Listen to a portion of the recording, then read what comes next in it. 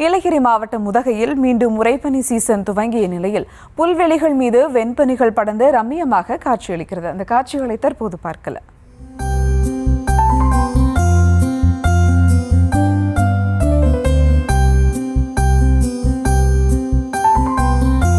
மேலும் விவரங்களோடு இணைகிறார் செய்தியாளர் அனீஷ். வணக்கம் அனீஷ், விவரங்கள். வணக்கம். நீலகிரி மாவட்டத்தில் கடந்த சில நாட்களுக்கு முன் 4 டிகிரி அளவு காணப்பட்ட வெப்பநிலையானது உதகையின் பல இடங்களில் உறைபனி பொழிவுக்கு காரணமாக இருந்தது. இதை காண சுற்றுலா பயணிகள் குவிந்த வண்ணம் இருந்தனர்.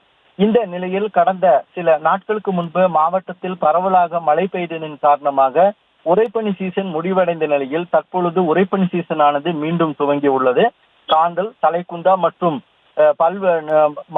நீலகிரி மாவட்டம் மற்றும் உதகையில் உள்ள பல்வேறு சதுப்பு நில பகுதிகளில் உறைபனி பொழிவானது காணப்படுகிறது. இன்று பதிவான நிலையில் 2 டிகிரி செல்சியஸ் அளவுக்கு குறைந்த வெப்பநிலை காணப்பட்டது. இதனால் புல்வெளிகள், வெட்டவெளி நிறுத்தப்பட்டுள்ள வாகனங்களின் மேல் வெள்ளை கம்பளம் போர்த்தியது போல் காணப்பட்டது.